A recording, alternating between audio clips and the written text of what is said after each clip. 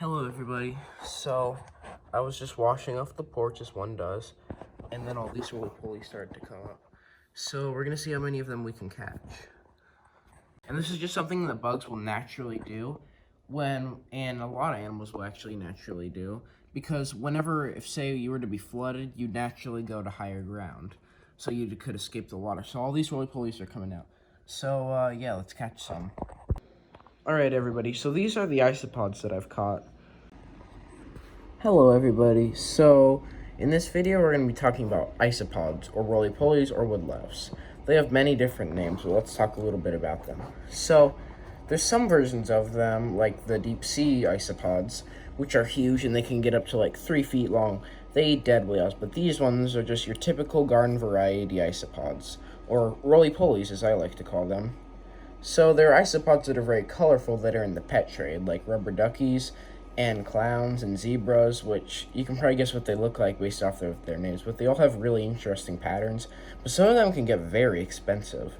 These are just your typical, normal, garden variety isopods, but they're still pretty cool. So, first off, you can see, not all isopods can do this, but some can. So this is their main notable feature. They're called roly-polies for a reason.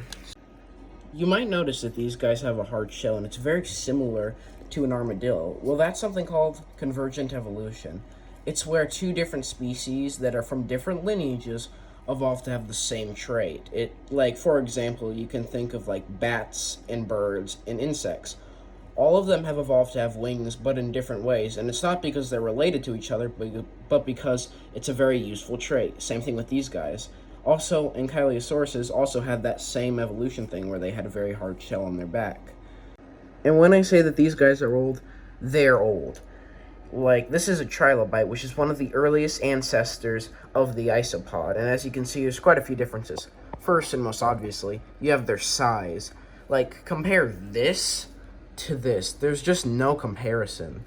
Like, this guy could eat the current isopods. It's insane.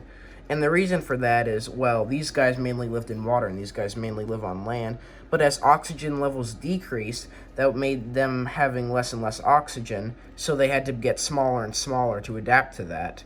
But when, like, this doesn't affect dinosaurs, but with bugs, most bugs breathe through their skin. It's really complicated, but I'll try and explain it in like a nutshell.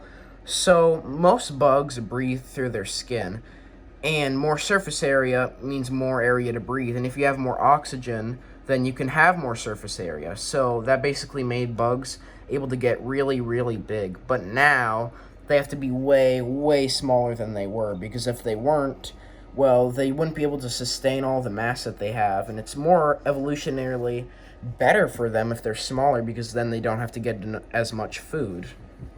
And that concludes my video on isopods. I hope that you liked it, and if you want to see more animal stuff like this, then you can go and check out the channel. Yeah, have a good day.